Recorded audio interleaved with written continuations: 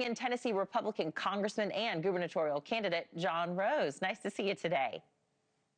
Anna, thanks for having me on the show today. So we've got some approval ratings we want to show that we've just got in. President Trump's performance so far, over 54% of Americans give the president a thumbs down, according to the latest figures from DDHQ. With this in mind, let's listen together to some Memphis residents with mixed reactions about Trump's Tennessee trip. I think it's good timing, and it's good for Memphis, because if it's safe enough for the president to come, then it's safe enough for us. My initial reaction is concerning. We have much more serious problems in this country. In your eyes, how well has the Memphis Safe Task Force been doing? How would you rate it?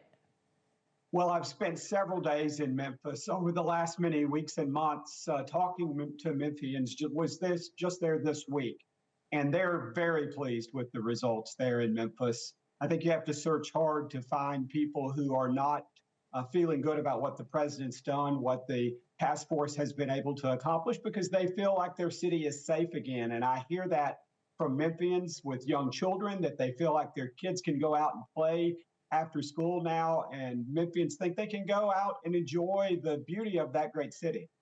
Well, when launching the Memphis Safe Task Force back in September, the White House said that Memphis was suffering from tremendous levels of violent crime. Democratic Tennessee State Senator London Lamar says crime was already coming down before the task force arrived. Listen to this. Before the Federal Safe Task Force came to Memphis, crime was already at a historic low in the first place. So we were already making gains to reducing crime based on a community-based approach. I think this is a cheap campaign opportunity for conservatives to say, oh, look what we did here in Memphis, to give them opportunities to go into other cities and terrorize their residents. So data from the Memphis Police Department shows from a September 2025 report that overall crime hit a 25-year low over the first 8 months of the year, with murder, assaults, and robberies all on the decline. So what's your reaction to Senator Lamar's comments? Well, I think it's pretty rich. Democrats have controlled every level of government in Memphis for over 30 years, from the mayor to the city council to all of their various arms of government there. Frankly, they've dropped the ball. And so it's really unacceptable now for them to try to say, oh, we're going to take credit for crime going down. That's not the way Memphians felt before the task force was put in place, but they do feel safe now.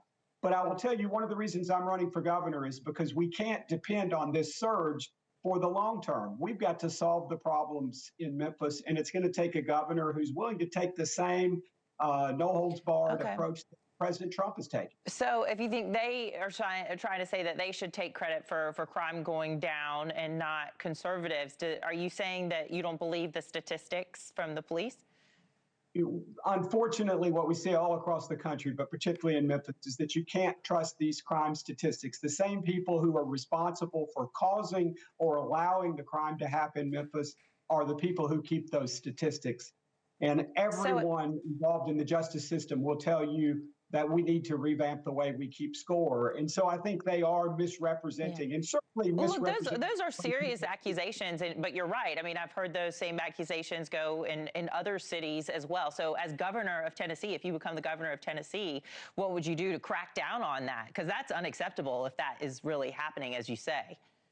Sure. So we have to have a new approach in Tennessee, and I would frankly say across the country, to making sure that our crime statistics are objective, that they're not tainted by the political whims of those in charge. And so we will work to put in place a system in Tennessee that keeps accurate count on what's really happening and how effective our justice system is at addressing crime. What we know in Memphis from the officers I talked to is that they arrest a criminal this morning, and before the afternoon, that criminal is back on the street. We've had a focus in Memphis on restorative justice, and frankly, it just doesn't work. Yeah, we don't. Thank you for watching. Subscribe below and download our NewsNation app right now on your phone, and you will get fact-based, unbiased news for all Americans.